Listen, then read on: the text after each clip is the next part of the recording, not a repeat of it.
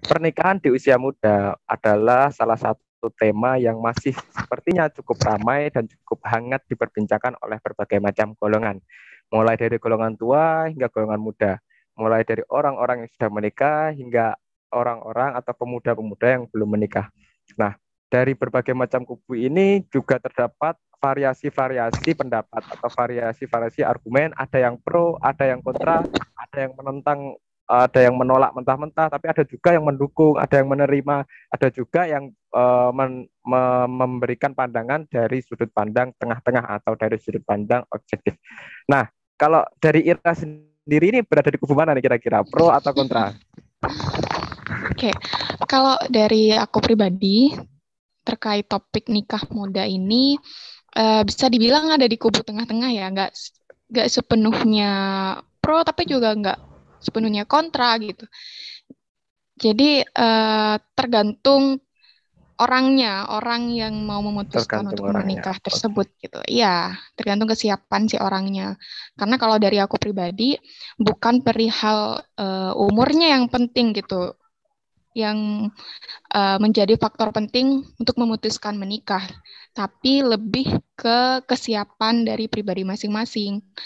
Misalnya tingkat kedewasaannya gitu, karena kan agak menutup kemungkinan bahwa yang muda itu lebih dewasa dibandingkan yang udah tua gitu. Iya, iya, benar-benar. Karena Iya, iya, dewasa iya. dan muda itu berbeda ya. Kalau Iya, benar-benar. dewasa dan apa namanya? Intinya dewasa itu nggak bergantung pada usia gitu kan.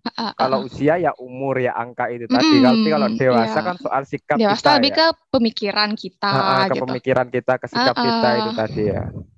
Jadi Benar. kalau mau dibilang pro, ya nggak pro juga sih. Kalau bisa ya jangan keburu-buru gitu.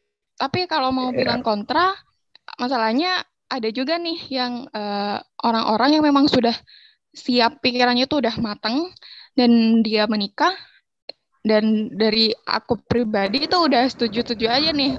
Udah merasa orang ini emang pantas nih, udah emang siap nih udah untuk menikah gitu. Jadi nggak karena bisa bilang pribadi kalau aku dia udah benar-benar pro, dewasa benar-benar gitu ya. kontra gitu. Iya. Uh, Jadi uh, tergantung ke uh, pribadinya masing-masing gitu. Karena kan yang penting kalau menurut aku itu nggak dari umur berapanya, nggak dari kapannya menikah, tapi dari ya, faktor kesiapan pribadinya ya. masing-masing gitu.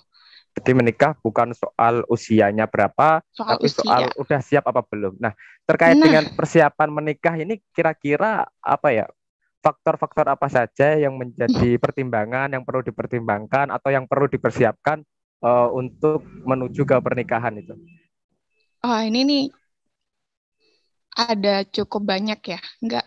Yang pertama itu dari kesiapan pribadi, dari mentalnya, dari mental gimana cara dia mengelola emosinya, terus juga gimana dia memandang pernikahan itu sendiri, dan dia uh, mengetahui tujuan dari pernikahan itu sendiri. Apakah dia udah tahu nih tujuan pernikahannya untuk dirinya sendiri tuh kayak gimana. Jadi uh, itu dulu gitu yang perlu dipikirkan. Dan intinya kalau dari aku pribadi sih menurutku sebelum kita memutuskan menikah, kita harus sudah deal dengan diri kita sendiri gitu. Jadi kita udah punya apa namanya, self concept lah istilahnya, itu ada yang bilangnya itu self concept. Jadi kita udah tahu kita maunya kayak gimana, kita nanti rencana ke depan tuh mau gimana, kita memandang pernikahan itu kayak apa, kita butuh pasangan seperti apa. Nah, ketika kita udah tahu tentang hal itu, nah itu akan uh, membuat kita jadi lebih mudah menjalani pernikahan gitu. Entah itu dari segi mendapatkan pasangan yang bakalan sesuai dengan kemauan kita, yang bisa meminimalisir konflik di pernikahan, dan ya kesiapan-kesiapan lainnya gitu. Misalnya dari segi finansial tuh sebenarnya juga mempengaruhi gitu. Misalnya kalau kita sendiri tuh masih merasa memandang finansial itu sebagai sesuatu yang nggak krusial, misalnya itu kita masih boros gitu, kita nggak bisa ngatur keuangan gitu. Jadi kita masih belum bisa mengatur keuangan dengan baik. Itu kayaknya tuh nggak bisa gitu kalau kita langsung buru-buru menikah dalam keadaan pengetahuan finansial kita tuh masih seperti itu gitu. Kita nggak bisa mengelola keuangan, ya nggak bisa tahu value dari suatu barang sampai bisa membuat kita boros. Nah, itu uh, perlu diperhatikan dulu gitu. Dan juga faktor-faktor lainnya ya seperti penerimaan keluarga, terus juga mungkin apa namanya? uh, ya pasangan. Pasangan itu juga jadi faktor penting sebelum kita memutuskan menikah. Kita mau pasangan yang seperti apa, terus kita udah kenal belum sama pasangannya gitu untuk bisa memutuskan menikah sama dia gitu. Mungkin kayak gitu Maksudnya, kali ya. iya, maksudnya tadi kan kamu bilang kalau kita harus tahu dulu tuh pasangan yang kita inginkan seperti apa. Nah, itu termasuk kriteria tidak sih? Masuk berarti kita Iya, memiliki masuk kriteria pasangan kriteria sih. seperti ini Masuk gitu. kriteria. Iya ya. Oke. Itu menurutku tuh nyambung sama apa ya? Tujuan kita menikah menurutku sih. Nyambung itu. Kita mungkin seseorang tuh punya pandangan, oh pernikahan nih menurutku nih kayak gini nih gitu. Pernikahan itu tujuannya kayak gini. Aku pengen pernikahan yang nanti jalannya itu untuk ke sini gitu. Nah, dari situ kita bisa menilai sendiri gitu. Pasangan seperti apa yang cocok untuk bisa menemani kita di jalan pernikahan yang Iya, seperti iya. ini gitu misalnya. Visi pernikahannya untuk menjalankan visi pernikahan yang sama gitu. Nah, kalau menurutmu sendiri gimana? Oke. Ah, ya, kalau menurut aku sendiri kan, ya pernikahan kalau bagi aku sendiri itu suatu hal yang sakral ya. Satu hal yang sakral, bahkan dalam beberapa agama, menikah itu menyempurnakan agamanya, menyempurnakan imannya kan, dengan menikah. Otomatis kan kita nggak boleh tergesa-gesa untuk apa dalam mengambil keputusan segera menikah, entah itu di usia muda ataupun tua. Kalau emang belum siap ya jangan tergesa-gesa, jangan menikah karena pengen gitu. Pengen nikah sama Ya, niat nikah kan beda ya kan. Pengen nikah benar-benar sama benar. niat nikah kan beda. Kalau cuma karena pengen aja sih ya mungkin akan berakibat buruk juga gitu. Nah, kalau dari aku sendiri sih ada beberapa pertimbangan ketika ya berdasarkan apa ya pengetahuan yang saya ketahui dari membaca-membaca dan lain sebagainya itu ada beberapa hal yang memang perlu dipertimbangkan dalam uh, sebelum menikah atau dipersiapkan sebelum menikah. Yang pertama jelas mengenali pasangannya seperti yang kamu sampaikan tadi ya, kita harus mengetahui seluk-beluk pasangan kita, kemudian apa sikap jaga pasangan kita itu seperti apa, dan bagaimana cara kita berkomunikasi dengan baik pasangan kita. Pasangan kita itu apa ya mempunyai gaya komunikasi yang seperti apa sih sehingga nanti ketika kita nanti berbicara itu nggak tersinggung gitu kan. Nah, jadi mengenali mengenali dengan baik pasangan itu merupakan salah satu kunci juga, salah satu apa ya hal yang perlu diperhatikan sebelum memutuskan untuk menikah. Karena ada suatu penelitian, ada suatu studi yang menyebutkan bukan menyebutkan tapi hasilnya itu adalah seseorang yang berpacaran sebelum menikah selama 1 sampai 2 tahun, maka kemungkinan cerainya itu menurun 20%.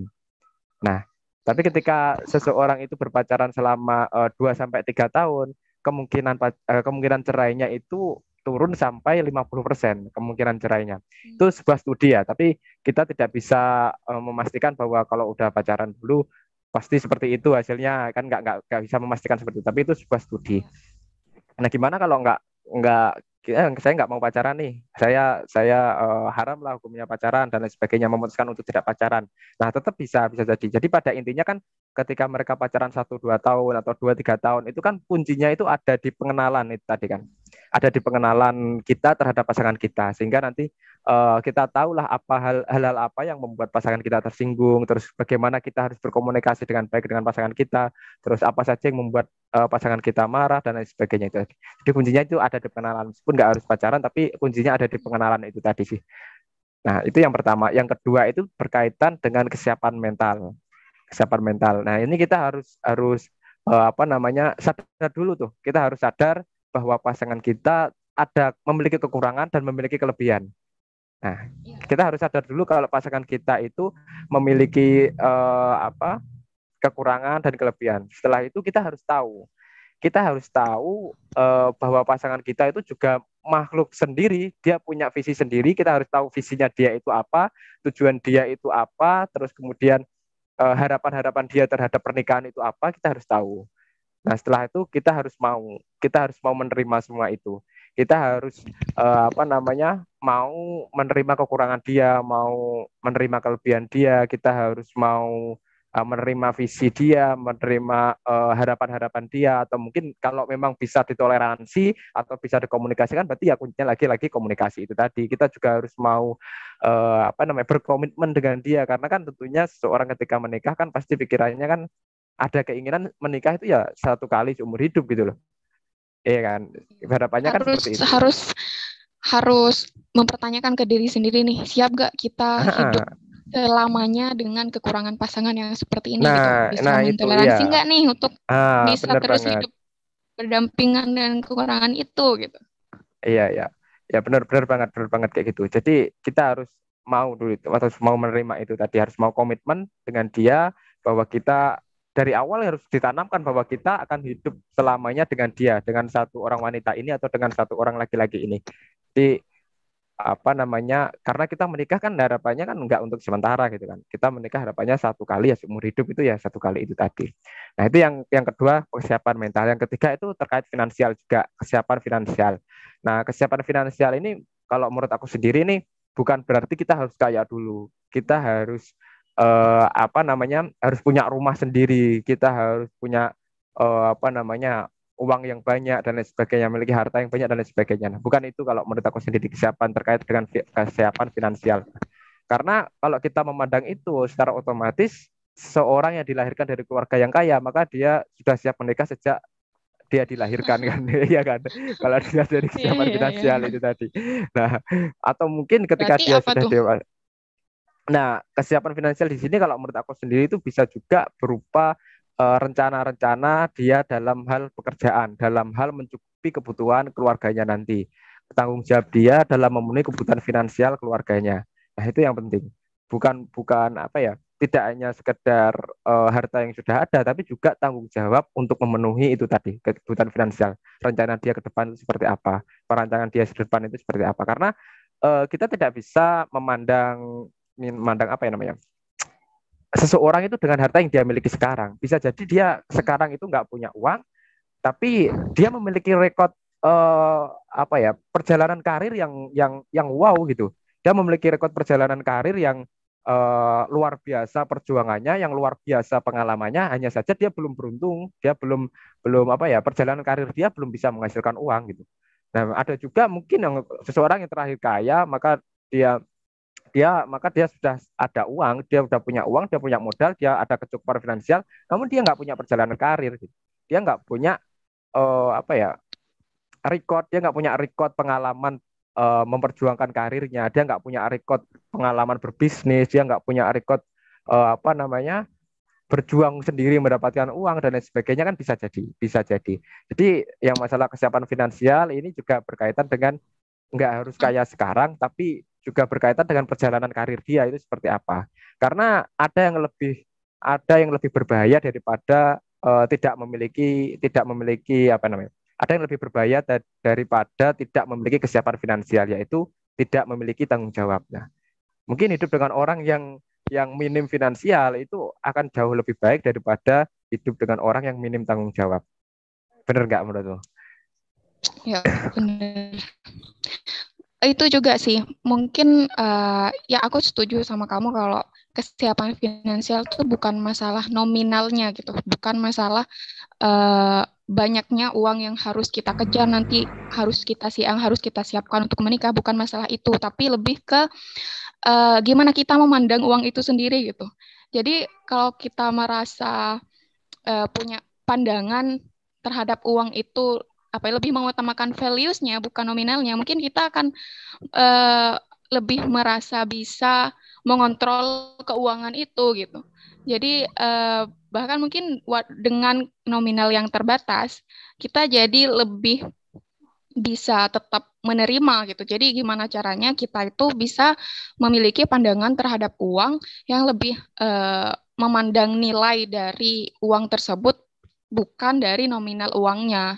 Nah, nilai Ya, uang benar. itu uh, ya gimana kita hubungannya itu dengan mungkin bisa dihubungkan dengan usaha, dengan tanggung jawab itu sendiri juga. Terus juga bisa dihubungkan dengan rasa cukup juga kali gitu. Jadi Rasa bukan syukur masalah ya itu nominalnya. kuncinya. Iya, Rasa iya, iya. syukur itu Bener. sepertinya menjadi kunci itu. Hmm. Karena kalau kita lihat kalau saya meyakini bahwa setiap makhluk hidup yang ada di muka bumi ini selama dia bergerak maka Tuhan akan mencukupkan kebutuhannya gitu. Tapi mencukupkan kebutuhannya, tapi tidak belum tentu mencukupkan keinginannya kan. Jadi kalau kita butuhnya untuk hidup itu cukup dengan uang 5.000 ya Tuhan pasti memberikan uang 5.000 itu, tapi belum tentu Tuhan memberikan uang 10.000 untuk keinginannya beli lain sebagainya. Tapi kalau dia itu bisa hidup dengan uang 5.000 pasti itu jaminan lah dia akan bakalan tetap bisa hidup itu.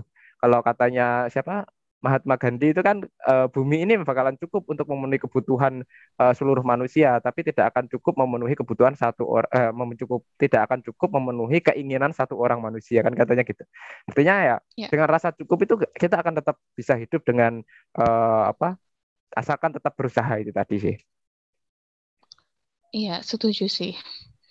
Nah, tadi kan ada 3 ya kalau dari aku. Yang pertama kan mengenali pasangan, kesiapan mental, kesiapan finansial. Nah, selanjutnya ini adalah apa ya kalau lupa? Oh ya, terkait dengan emosi, terkait Iya. dengan mapan, terkait dengan mapan. Mapan ini juga bukan soal harta, tapi Heeh. mapan juga soal mapan pikiran. Mapan ini tentang mapan pikiran, apakah dia bisa menyelesaikan konflik-konflik, apakah dia bisa menyediakan solusi-solusi terhadap konflik, itu mapan secara pikiran. Dan ada juga mapan secara emosi. Apakah dia bisa dengan tenang untuk setiap menghadapi masalah-masalah itu? Apakah dia tetap bisa nggak cepat marah, dia itu tetap bisa tenang, berpikir jernih dalam menyelesaikan suatu masalah atau suatu konflik itu tadi. Nah ini jadi mapan mapan apa mapan pikiran, mapan secara emosi, mapan secara spiritual barangkali juga seperti itu. Rasa syukur itu tadi barangkali bisa dikaitkan dengan mapan secara spiritual ya. Dengan kita bergantung kepada Tuhan, kalau orang yang beragama, bagi saya sendiri juga gitu. Ketika kita menyerahkan diri sepenuhnya pada Tuhan untuk hasilnya dan kita berusaha semaksimal mungkin yang bisa kita lakukan, itu kan juga merupakan mapan secara spiritual menurut saya. Kita bisa berserah diri pada Tuhan. Nah, itu nanti bisa hubungannya berkaitan dengan rasa syukur itu tadi sih, bahwa kita meyakini bahwa kita bakalan tetap bisa hidup kok selama kita berusaha itu tadi, dimapan Ya, secara pikiran, secara emosi dan juga secara spiritual. Dan yang terakhir mungkin soal anak sih, soal anak sih mungkin keturunan.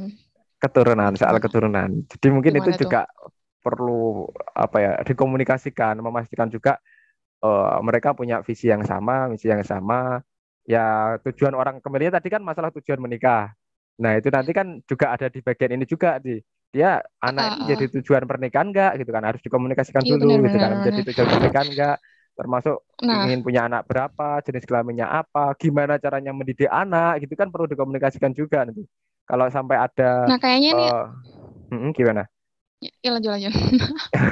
Nah, kalau sampai ada ini, misalnya cara mendidik anak nih, misalkan 2 orang punya latar belakang berbeda, punya 2 latar belakang berbeda, kemudian punya ideologi yang berbeda, punya pandangan hidup yang berbeda, lahir dari agama yang berbeda barangkali. Nah, ketika mereka disatukan oleh suatu pernikahan, otomatis kan dia harus punya, misalkan 2 agama yang berbeda nih menikah.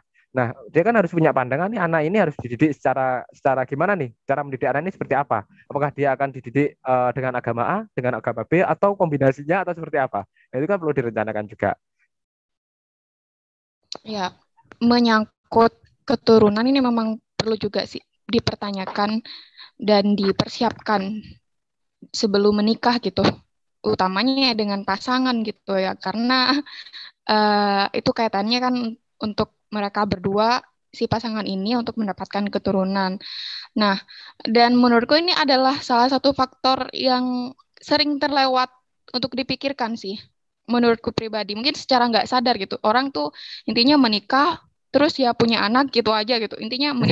menikah, punya anak, tanpa mereka benar-benar memikirkan sebenarnya tujuan mereka punya anak tuh buat apa sih gitu. Nah, Jadi nah benar. eh, bukan berarti aku bilang eh, intinya intinya tuh maksudku seharusnya mereka itu apa ya Merencanakan lebih gitu ya, matang merencanakan. memikirkan ya lebih matang memikirkan memperbaiki tujuan Kak. Kalau mungkin istilahnya tuh memperbaiki tujuan untuk punya anak gitu. Jadi kebanyakan orang-orang tuh intinya setelah menikah intinya punya anak yang banyak karena anak adalah ladang rezeki investasi akhirat gitu. Mungkin gitu-gitu. Tapi menurutku akan lebih baik kalau kita itu memperbaiki tujuan tersebut, benar-benar mematangkan tujuan tersebut, misalnya uh, memikirkan bahwa anak ini adalah untuk menjadi penerusnya kita yang nantinya itu akan membuat bumi ini jadi lebih baik, mungkin kayak gitu. Jadinya kalau kita punya tujuan yang lebih seperti itu akan melahirkan tanggung jawab kita untuk benar-benar mendidik anak dengan baik gitu. Karena Ya, misinya nih benar-benar. besar nih untuk keberlanjutan sebagai penerus nih. Kalau misalnya eh, kita menghasilkan anak gitu, mempunyai banyak keturunan Memproduksi, memproduksi anak. hanya sekedar memproduksi anak sebanyak-banyaknya untuk rezeki, untuk apa? Dengan embel-embel ya anak adalah ladang rezeki doang, bisa jadi itu akan melalaikan para orang tua hanya dengan intinya ya aku melahirkan anak nih tanpa benar-benar memikirkan tanggung jawab mereka sebagai orang tua gitu. Iya, iya, Ya iya. itu menurutku sih. Iya, ada juga yang suka suka buatnya, suka prosesnya, tapi nggak suka tanggung jawabnya setelah itu. Kayaknya kebanyakan kayak gitu deh. Oke, oke. Oke, aku jadi inget sih. Ini kayaknya jadi panjang. Iya, gimana, gimana? Ingat eh, itu ada yang membahas terkait sejarah evolusinya kenapa orang-orang itu eh, kalau menikah pasti yang mereka bukan yang mereka unggulkan rata semuanya itu pasti untuk punya anak gini gini gini. Itu ada sejarah evolusinya gitu. Katanya itu karena pada zaman dulu kan namanya orang di zaman purba lah, di zaman purba itu kan dulu nggak ada yang namanya kontrasepsi gitu kan. Sedangkan kalau Mhm. ada cowok cewek, eh, mereka kan pasti punya kebutuhan biologis, kebutuhan seksual Mhm. gitu. Nah untuk menyalurkannya kan mau gak mau mereka harus berhubungan dan nantinya pasti hamil kan. Mhm. Nah pasti hamil terus punya anak dan ya itu semuanya tuh kayak gitu karena di seluruh dunia nggak ada yang namanya kontrasepsi. Jadi yang namanya punya anak di dalam pernikahan itu jadi seakan-akan adalah suatu benar-benar kebutuhan dan jadi benar-benar lumrah semuanya itu menganggap bahwa ya menikah adalah untuk punya anak gitu. Katanya tuh evolusinya seperti itu. Cuman sekarang itu sudah beda gitu.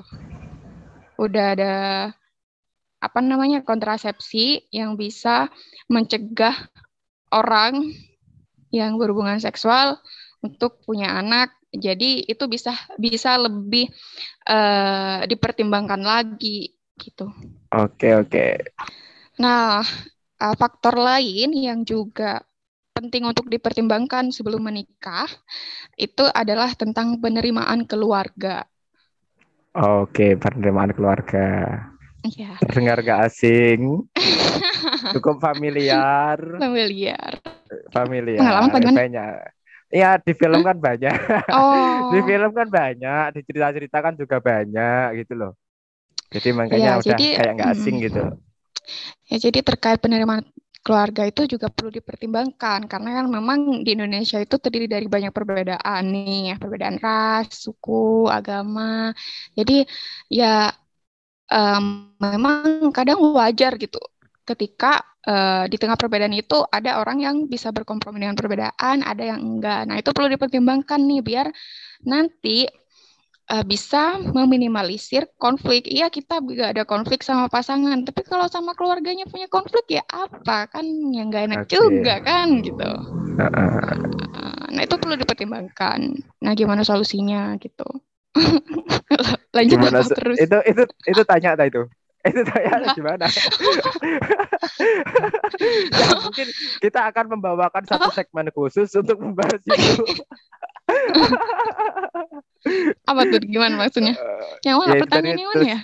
tadi kamu kan tanya gimana solusinya Gimana gitu kan. solusinya? Iya kan. Oh iya, perlu Mungkin itu dibahas nih. perlu iya, enggak. Kita bawakan satu segmen khusus untuk solusi-solusi terhadap permasalahan seperti itu. Ya, tapi Oh nanti gitu. kita mungkin bisa menghadirkan tenaga ahli yang sudah Oh profesional benar-benar. dalam bidangnya kan, yang lebih Psikolog kali berpengalaman. ya, yang Iya, bisa mungkin. mempertimbangkan secara objektif ini Ah, hubungannya ah. lanjut apa terus nih gitu. Ah, iya Oh itu gitu. solusinya Oh, gimana ya itu psikolog itu tadi sih. Oke, mungkin itu dulu dari video yang membahas tentang nikah muda. Mungkin dari Ira ada lagi tak? Cukup? Cukup sih. Ya, mungkin ya intinya sebelum menikah perlu banyak belajar dulu deh. Kita perlu banyak pengalaman dulu sebelum Pengalaman benar-benar menikah. mengarungi enggak gitu, Oh, Bro. gimana pengalaman apa? Pengalaman apa makanya?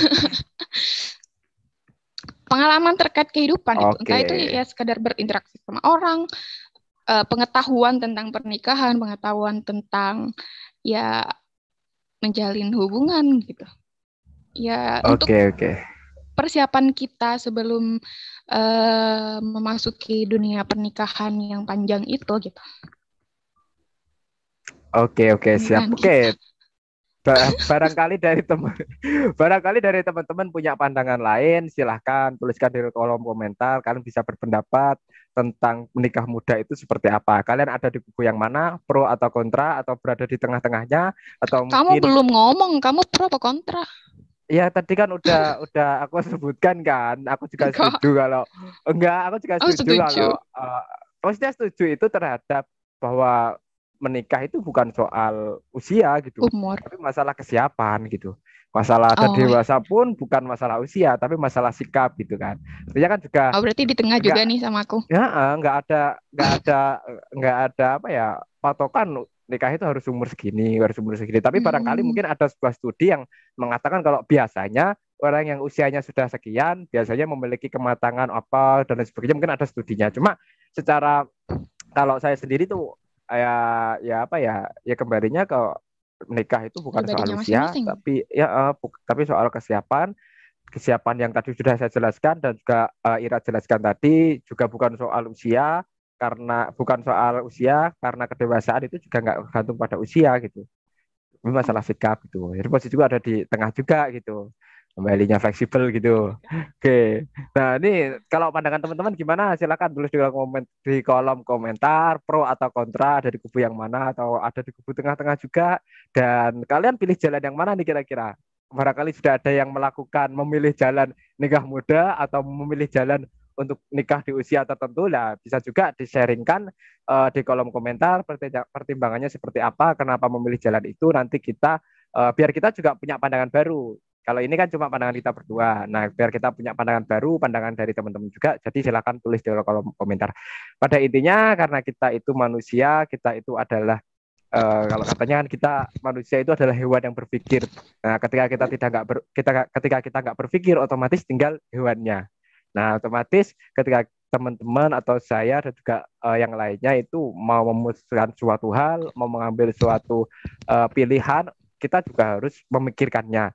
Kita harus memikirkannya ke depannya seperti apa, kita harus punya perencanaan-perencanaan, kita juga harus punya persiapan seperti halnya dalam pernikahan ini tadi. Oke, sekian dulu video kali ini ada dalam segmen Secangkir Kopi bersama saya Van Amerta dan juga rekan saya Ira. Antara ada dan tiada. Jika Anda menemukan video ini bermanfaat, silahkan subscribe, like, aktifkan notifikasi loncengnya, dan share agar lebih banyak lagi yang merasakan manfaatnya.